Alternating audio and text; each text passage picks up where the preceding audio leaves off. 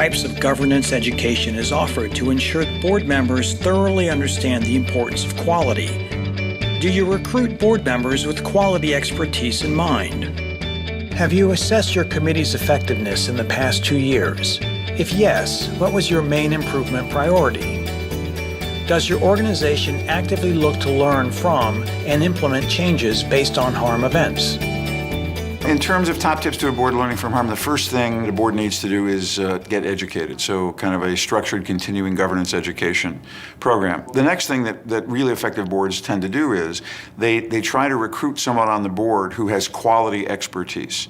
Not necessarily in healthcare, but expertise in systems improvement, in Lean or Six Sigma or manufacturing or engineering or nuclear power safety. There are literally dozens of disciplines that focus on safety, including in healthcare, which are generalizable to healthcare.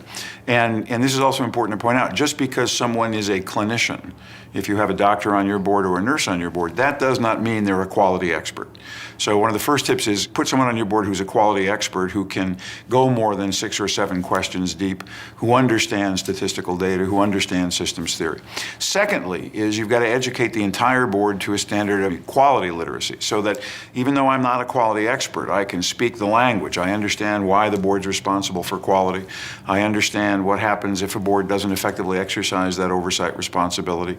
I understand how to exercise that oversight responsibility. I think there are a number of important things that board members who would like to serve on a quality committee ought to take advantage of or make sure are offered to them in terms of making their service more effective. I think getting an orientation to your role and responsibility as a quality committee member is paramount in this environment today. It's a complex area of oversight. There are a lot of measures. There are a lot of goals that are being set.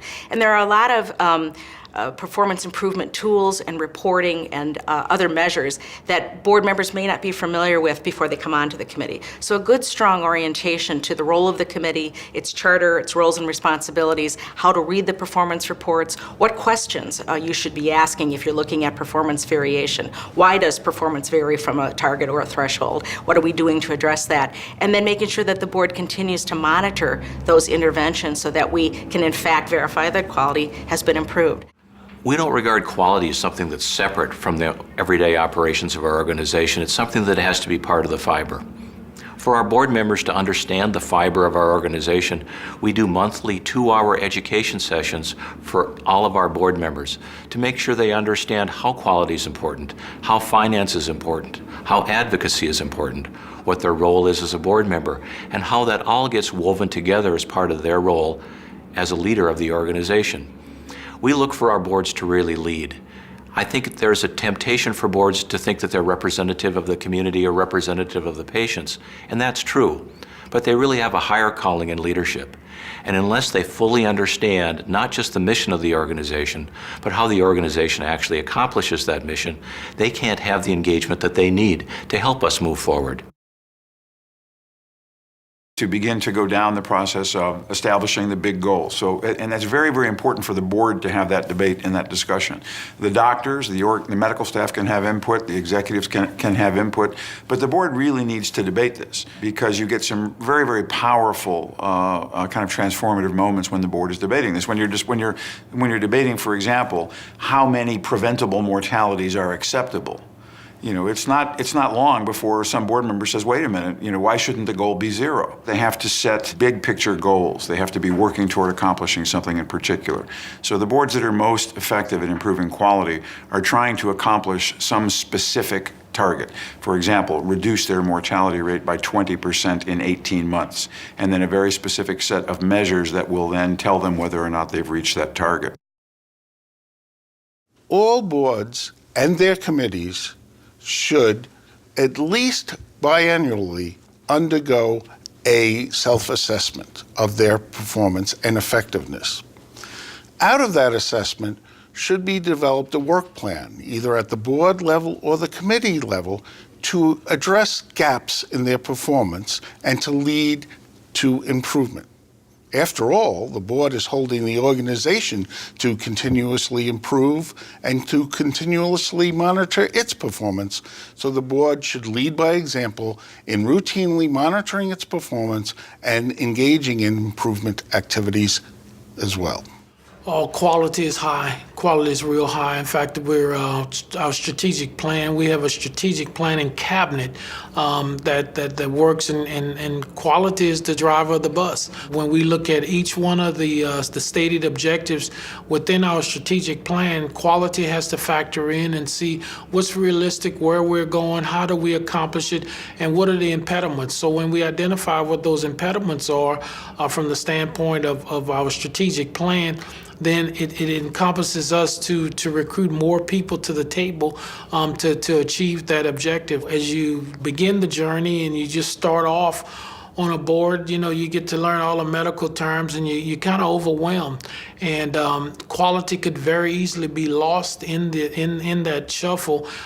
But as you continue, and in my 9th year on the board, it's something that I've come to appreciate, that it is so important that if we don't emphasize it, and if we don't keep it at the forefront, and if we don't keep management's feet to the fire when it comes to those, and if we don't have the checks and balances in place, it'll definitely impact negatively our ability to provide great customer service, great patient satisfaction. So I think quality is something that, as board members and trustees, we have to continue to emphasize. We have to continue to learn the broad spectrum of exactly what's out there, and provide those resources to management and to our staff to get the job done.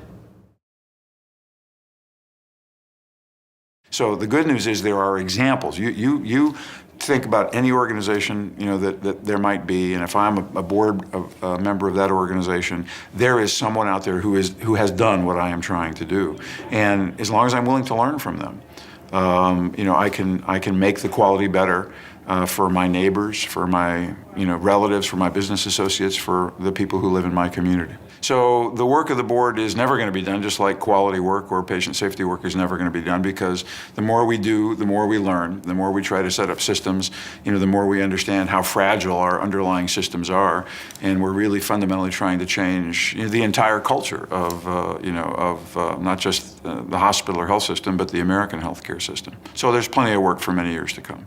I think there's a tendency at the board level to want to talk about good news and to want to bring good news to the board.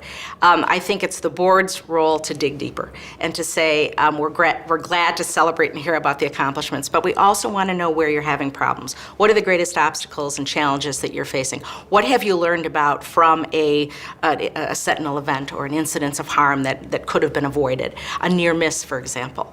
We talk about those at our quality committee, and we talk about those at our full board, because we always want to be looking at opportunities that we can learn from and hopefully not inflict unnecessary harm on our patients. The board needs to put a face on the data so that the board, when it sees the data, can say, wow, we had 4 patients that got a completely preventable central line bloodstream infection last month in this hospital. The next step, once you do that, is to ground the data in patient stories. So really effective boards that oversee quality will hear a patient story at every board meeting. And some boards will set a rule. They'll say, we only want to hear stories that show something that happened that was untoward. We only want to hear bad stories that portray a mortality through a relative's perspective or portray a bad experience through the patient's perspective, until there are no more negative events, until there are no more preventable mortalities. And this is very useful because it then grounds the data. We only had 4 central line bloodstream infections all last year. That's not so bad, especially because the year before we had 20. And unless you really are very motivated, you're likely to stop there. But if you hear the story of a patient who had a central line bloodstream infection, or the story of a patient who lost their mother or their child because they got a central line bloodstream infection, it steels the board's resolve to say, even though we're much better than we were, we're not good enough. We need to get to 0. We need to get to 0. And increasingly, this combination of the data and the patient story will really encourage and push boards to embrace a standard at one of 2 levels, 100% or 0%. Something should always happen or it should never happen. Organizations must have specific, measurable targets for improving quality and eliminating patient harm. These should be big picture goals and should be used to hold leadership and staff accountable for performance. Boards should assess and continuously improve their quality and safety literacy through education and working with individuals who possess specific quality expertise. Boards should employ strategies like hearing directly from patients to help humanize the data.